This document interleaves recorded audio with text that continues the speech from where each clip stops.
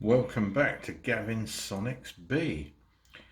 Well, before we start, I have to say a big thank you to Daniel Oliver McElroy, who's building a Sonex A model, legacy model, in Texas, I think, in the United States, for mentioning me on his YouTube channel. He's been building his A model for a few years, and he's up to video number 83, I think, as we speak. And he's been my inspiration, really. I've watched every single one of his 83 videos on YouTube and found them extremely useful for just even seeing how things are laid out, and it's useful to see how somebody else has put something together. You've got all these parts, thousands of parts, and you're not absolutely sure how they all go together, and it's always good to see how somebody else has put them together. You might not always do it the same way. You may think, well, I could do that a different way or whatever, but it's been very useful to watch his videos. There isn't a huge amount of difference between the A and the B models of the Sonex. The construction method is basically the same. The tail cone is very, very similar. The wings are identical. The tail and horizontal stabilizer are identical as far as I know. They only vary really from the cockpit forward. So check him out. He's on YouTube and his name is Daniel Oliver McElroy. Do a quick search and you'll find him. Very useful videos. And Daniel, if you're watching, thank you for the mention on your channel. It prompted quite a few people to subscribe to my channel, so obviously people are interested to see the difference between what you're doing and what I'm doing, and get some ideas from both of us, which is great. Anyway, I'll stop wittering on now and leave you to the rest of this video, which is all about finishing off the right hand cockpit side, and the fun and games I had with that one. Here we go. Hi, welcome back. Life and the universe and everything has got in the way of doing much to the aircraft build for the last month or so. But finally, I've got a little gap between customers and I can get a few hours in. So when I spoke to you last, I was pondering putting together one of the forward fuselage side panels, the right hand side panel, and I've made some progress on that. Probably spent about 6 hours or so over the last few weeks here and there sorting out the parts, and I've finally got the right hand panel in the position where I can actually rivet some of it together. So I'll just turn the camera around so we can see what we're looking at. That was the door, and here's the side panel. So it's all been drilled and assembled and is ready for riveting, where we can indeed rivet it. It was all pretty straightforward, apart from the upper longeron on each side is made from a piece of tubular, square tubular aluminium, and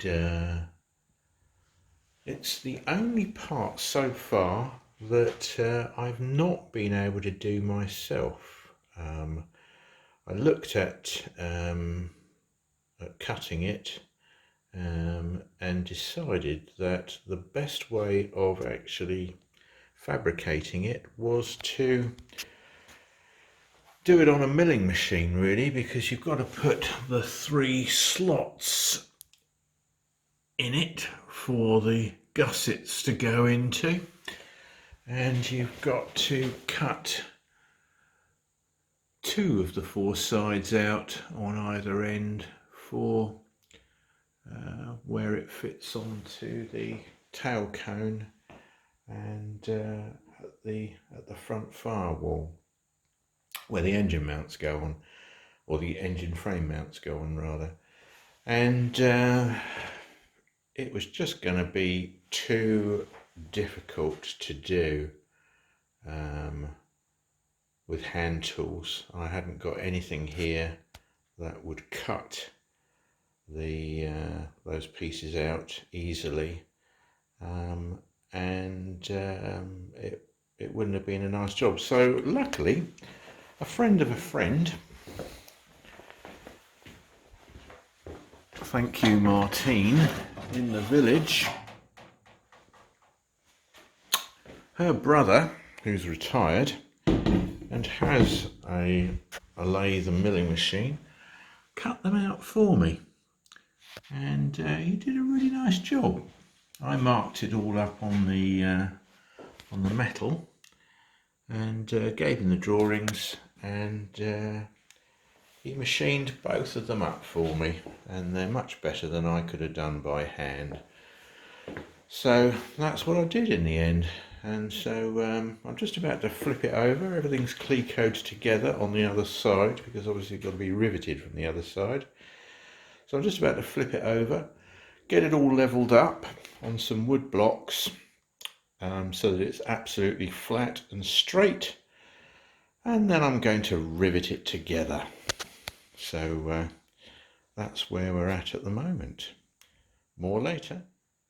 So we flipped it over the other way now, and just finished leveling it up.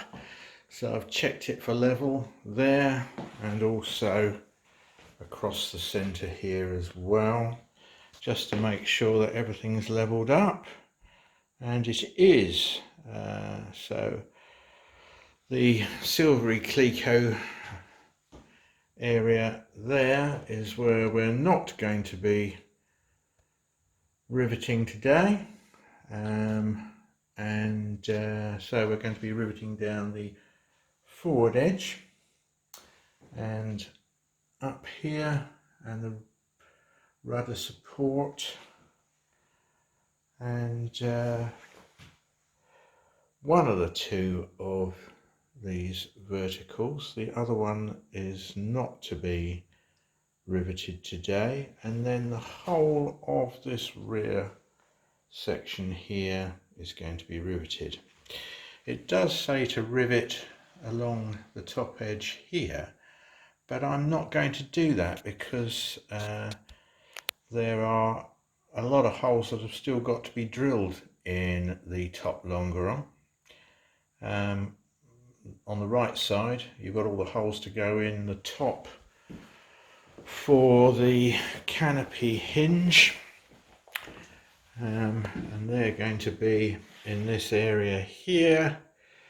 They've yet to be done, and you can't drill those until you've got the hinge cut and everything positioned, once the cockpit is on the front of the aircraft. And there are some location holes and things for other things that need to go in there as well. Plus obviously the fixings to fix it to the tail cone haven't been done yet. And for the same reason, on the bottom longeron, I'm going to rivet it, but not past this cleco here. So I'm going to leave that unriveted so that I can peel the skin back to clean or deburr in between the skin and the longeron, once the holes have been put in here for connecting it onto the tail cone. So that's basically what I'm going to do. These are for bolts, and this one I'm going to fully bolt the lower engine frame mount. I'm going to fully bolt that on. These bolts here I'm going to fit because that's they're in their final position, but I'm not going to do the bolts for the upper engine frame mount at the moment because of the same thing of being able to remove the top longeron for deburring. So there we go, that's what I'm going to do next. So I'll get on and start riveting. So about 1 hour of riveting, and there we go. We've riveted everything that needs riveting at the moment, all the way along here and up to the front. And of course we haven't riveted along the top longeron and left it so that we can withdraw the 3 gussets which also fit into the top longeron as well, but everything else is riveted as per the plans. So next job, I'm going to pop in the bolts for here and the bottom engine frame mount and the rudder pedal fixings as well. Won't put the bolts in for the top engine frame mount for the reason of getting the top longeron off. And then I think that is it for this side, and then we'll be starting the other side. So this is the right hand side and we'll be doing the left. So a final half an hour of fitting bolts. They all went in nice and tight. I try and make the bolt holes as tight as possible without making it too difficult to get the bolt in, obviously. These ones up, have to be not too tight because you've got to get them in with a posi-drive screwdriver.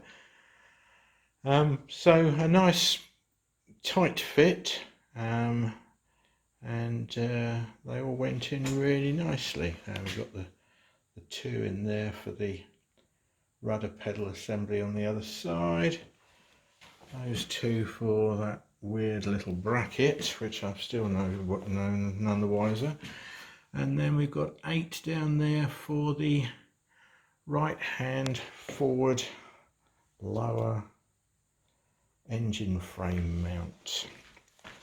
And looking from the other side, it looks a bit like a boat. No, the side of an aircraft. And there we have it.